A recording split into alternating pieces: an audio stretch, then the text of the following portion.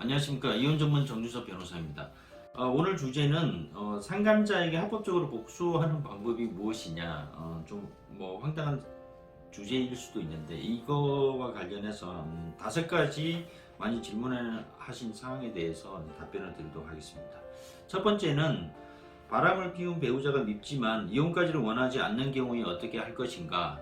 다 아시겠지만 간통죄는 폐지된 지 이미 오래됐습니다. 그래서 현재 남은 법적 수단이라고 한다면 민사상 손해배상, 즉 위자료를 청구하는 것이다.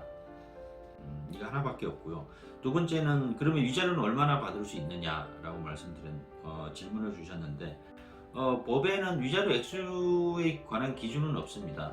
다만 이제 그 재판 실무에서는 위자료 액수를 이제 보통 2천만 원을 기준으로 해서 뭐 부정행위의 정도나 아니면 부정행위의 기간에 따라서 2천만 원이 넘어가기도 하고 2천만 원 밑으로 내려오기도 하는데 구간별로 말씀드리면 한 1,500만 원에서 2천만 원 사이가 가장 많다 이렇게 말씀드릴 수 있습니다. 그리고 세 번째 질문으로는 상간자로부터 위자료를 받을 경우 그 상간자가 내 배우자에게 구상권을 행사할 수 있느냐 이렇게 질문을 주셨는데 법적으로 가능은 합니다. 내 배우자가 어떤 뭐 상간자와 바람을 폈다. 그럼 그 두 사람은 이제 공동불법 행위에 해당하기 때문에 부진적 연대 채무에 부진적 연대 책임을 지거든요.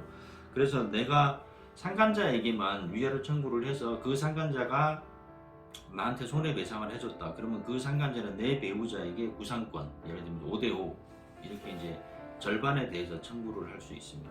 이런 현상을 이제 방지하기 위해서 만약에 합의나 조정이 성립되면 이제 특약을 달게 됩니다. 그 특약 내용에 상간자가 나에게 위자료를 지급하더라도 그 상간자가 내 배우자에게 구상권을 행사할 수 없다. 이제 그런 특약을 달게 되면 구상권 행사를 방지할 수 있습니다. 실제로 이제 그렇게 많이 특약을 달기도 합니다. 그리고 네 번째는 상간자의 회사에 그 사실을 알려도 되는가?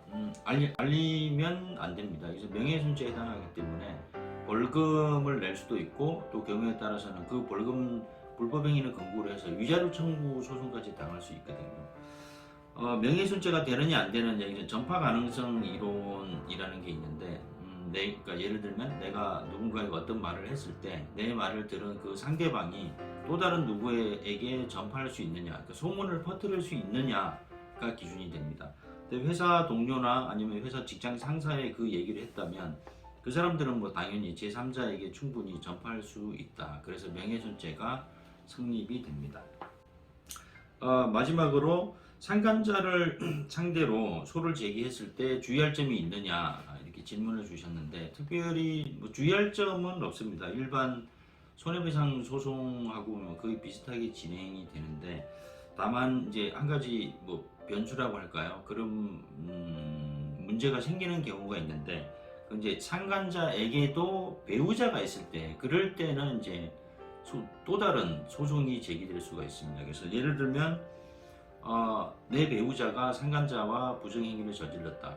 근데 그 상간자에게 배우자가 있다. 그러면 나는 그 상간자를 상대로 위자료 청구 소송을 할 수 있거든요. 근데 그 소송이 진행되면 상간자의 배우자도 그 사실을 알게 되거든요. 그러면 그 배우자는 또 나의 배우자를 상대로 위자료 청구를 하게 됩니다.